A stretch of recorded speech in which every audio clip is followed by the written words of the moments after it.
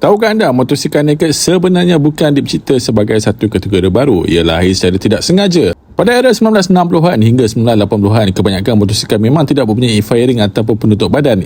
Enjin dan rangka dan komponen semuanya terdedah, sebab itulah digelar naked kerana hampir tiada apa yang menutupi motosikal tersebut. Apabila motorsport mula popular pada era 1980-an dengan fairing penuh yang lebih aerodinamik, ramai penunggang mula membuka semula fairing motosikal mereka.